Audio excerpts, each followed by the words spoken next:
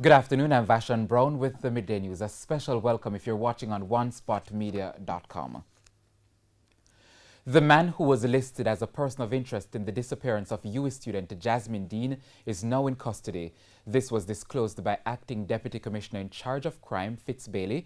He told our news center that the man was picked up last evening during an operation carried out by the St. Andrews Central Police.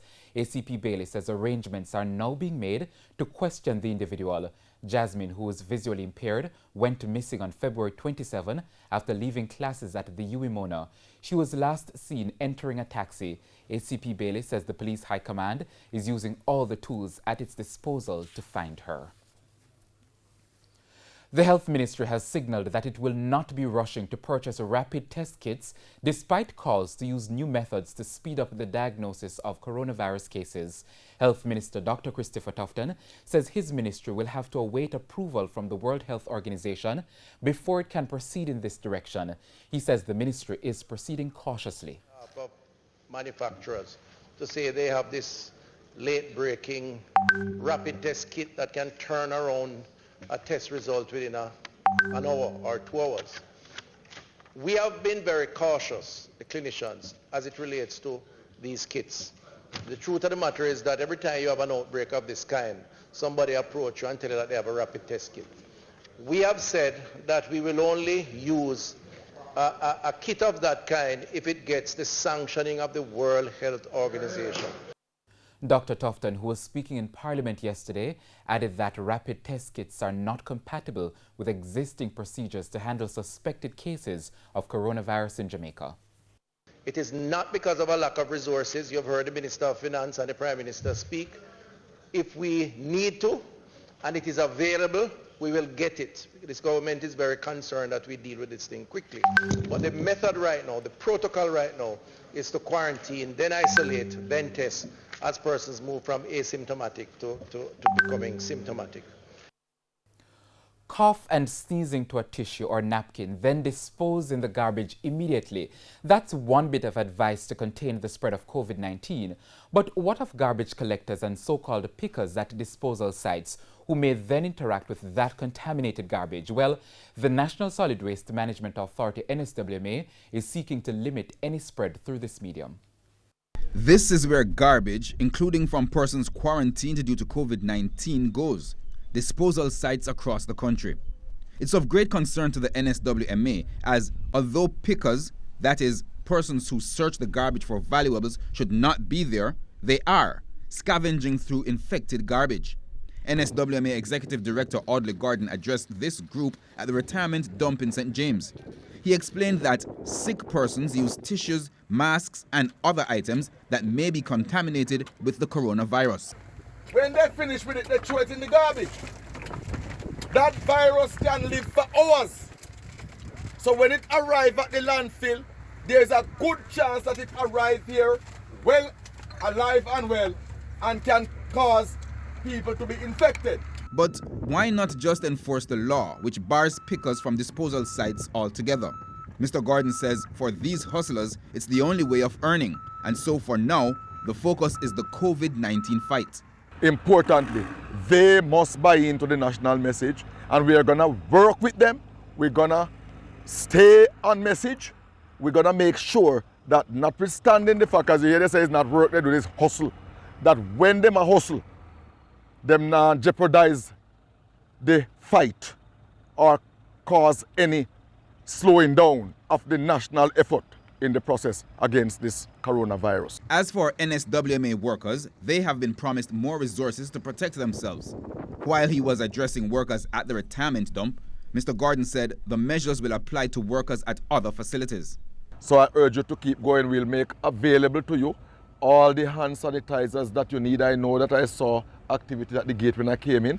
We will make sure you have adequate gloves, adequate dust masks, adequate boots, adequate whatever you need.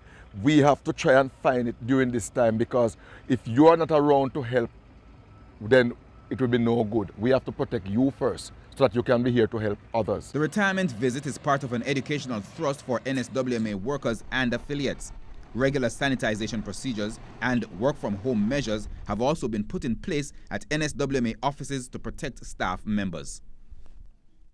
Meanwhile, with 11 of the 16 locally confirmed COVID-19 cases in Jamaica being imported, there are more concerns about screening at ports of entry.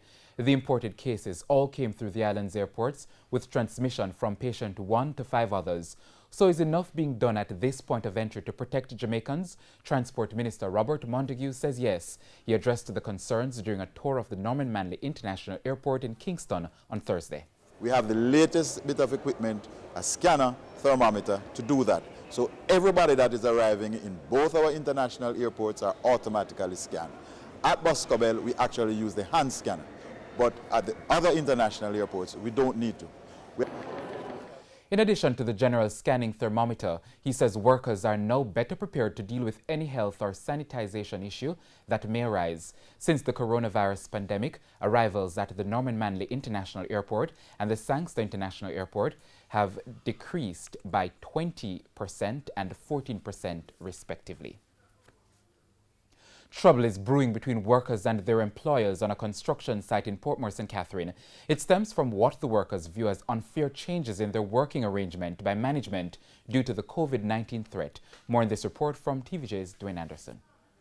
Frustrated construction workers in Port St. Catherine.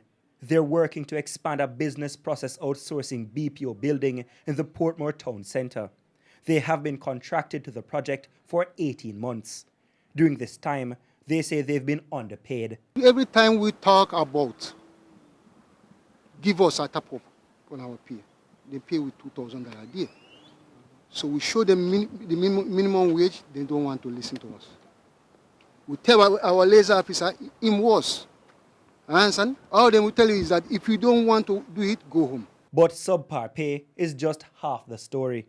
Since the introduction of COVID-19 in Jamaica, they say the contractor has changed their working arrangements in order to reduce the risk and possible spread of COVID-19 among work crews. Because of the virus, they say we have to stay in the site with the China, in a one room with bunk bed. They use AC, we don't even have no fan. And the whole of us live 5 minutes away from the construction site. So that's why we bring up the union. The union is here and whatever, to tell them, say, listen, we're tired of this. The work crew has also been cut from 17 to 10, also because of the viral threat. The workers want the Ministry of Labour to intervene.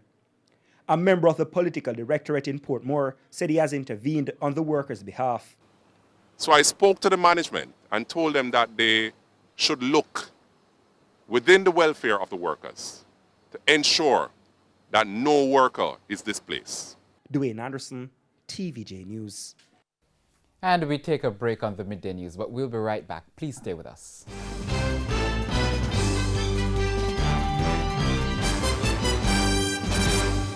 Welcome back. Continuing the news now. We go to news from the region.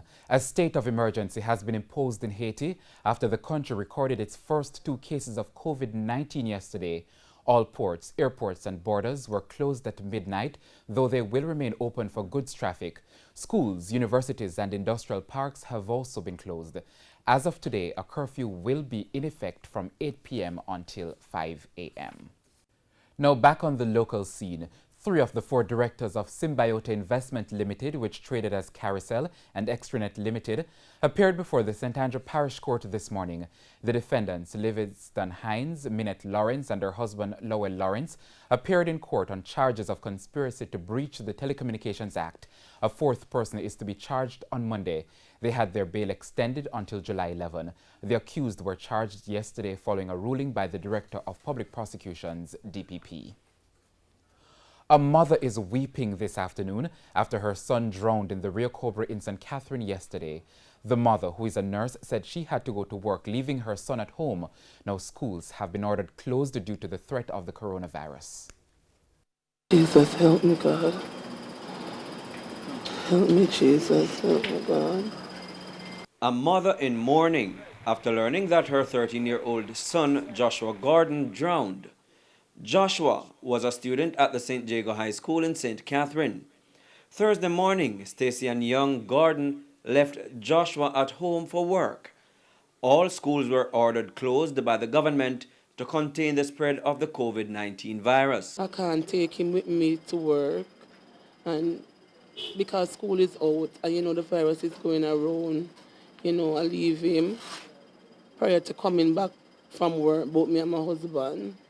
And when I come, we leave him, he was locked up and all. And when we come back, we hear that 2 little boy came and called him out, tell him that they're going to show him the river. And that was it. Joshua went swimming with 2 other boys at the Rio Cobra in Eltham Park, St. Catherine, when the incident happened. A search was launched for his body on Thursday. The search resumed on Friday morning, and his body was found about 7:45. Councillor for the Ensom City Division, George Moody, says he has learned that several people drowned at the same location in the past. Therefore, he will be working with Member of Parliament for the area, Olivia Babsy Grange, to implement restrictive measures to prevent a recurrence. And when I look at the location from yesterday, I'm saying how best can we put a preventative to prevent this action. Looking at the area where I'm going to try and see how best I can meet with the citizens. I know we will get a lot of resistance, but life comes first. And I'm going to see how best we can fence out the area and put up signs to prevent persons from going along the riverbank, because it is very dangerous. Yes. I go down there myself and I'm scared. But in the midst of the unfortunate event, a concern raised by the councillor. Now the saddest thing is that the parents of this young man, they are essential workers, and in a time like this, we are to look now into how do we cater for these persons who have to go on frontline duties. Because I remember myself as an educator, I used to have to leave my children at the age I remember, age 12 and 8, because I have to go to work, because if we don't work, nobody will pay the bills.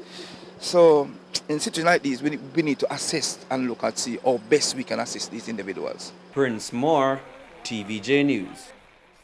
And over in St. Ann, the Jamaica Defence Force Coast Guard called off the search for 20-year-old Roger Cole of Scott Hill, Monigue. Cole drowned in a river known as Blue Hole, which is located 5 meters from his community. It's reported that Cole visited the river with his brother and a friend when he fell into the deep end of the river. He grabbed onto his brother's hand before losing grip. Attempts were made to help, but soon he was out of sight. The JDF Coast Guards on Wednesday spent over 30 minutes searching for his body.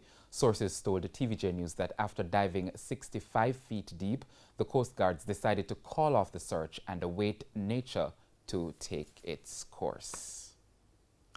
Time now for sports. Athletes agent Kubi Sigobin says he does not see the Tokyo Olympic Games happening this year, particularly because athletes' preparation for the Games are being seriously hampered worldwide by the COVID-19 pandemic. In addition to the World Indoor Championships being cancelled and Diamond League meets being postponed, Sigobin also pointed out that in Jamaica, athletes' training has been affected by the closure of major training venues such as the National Stadium and Usain Bolt track. Sigobin, who manages Jamaican track and field athletes such as Yohan Blake, Warren Ware, Demish Gay, Daniel Williams and Anastasia Leroy, says the uncertainty about the Olympics is becoming too much for athletes and not only in track and field. I don't see us being able to go to the Olympics, boss. They're just playing games. This is getting worse and worse and worse. Look what's going on. The NBA, as you would rightly know, one of the most money-making franchises in the world. They've actually terminated the season, or they've reduced the season. Okay, so these guys are just playing possum every day. I mean, the domino effect is 10 relays is canceled. I mean, people keep saying, "Oh, this is on and that's on," and I mean, it's nonsense. I know we have to do certain things, but you have to protect the athletes too. And that's the Midday News. I'm Vashon Brown. Join us at 7 for Primetime News Package. On behalf of the news, sports and production teams, have a good afternoon and a wonderful weekend.